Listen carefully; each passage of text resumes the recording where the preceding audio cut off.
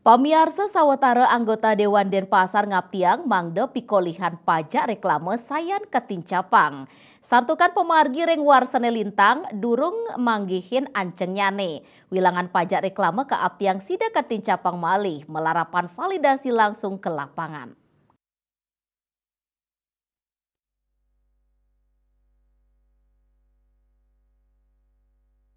Usulan diucap kawadar oleh fraksi Demokrat DPRD Denpasar ngelintangin anggotanya Imade Sukarmana. Pemerintah ngelintangin OPD sane mapaikatan sida ngemargiang validasi objek pajak reklame ring lapangan. Lianan punika OPD talar kapti yang mendalang surat pemberitahuan ring kawentenan pajak-pajak sane nampenin telas galahnya mangde sida kelanturang malih. Tur nenten sida ngeluputang kewajiban naur pajak.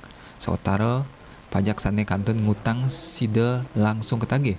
Pet Prade pola inucap kemargi yang majantan pikolehan pajak reklame kepastian sida nincap tur mawasana manjang pendapatan daerah. Asapun diketaler Badan Pendapatan Daerah Denpasar untuk melantur nyelehin potensi-potensi pajak anyar, termasuk potensi pajak reklame.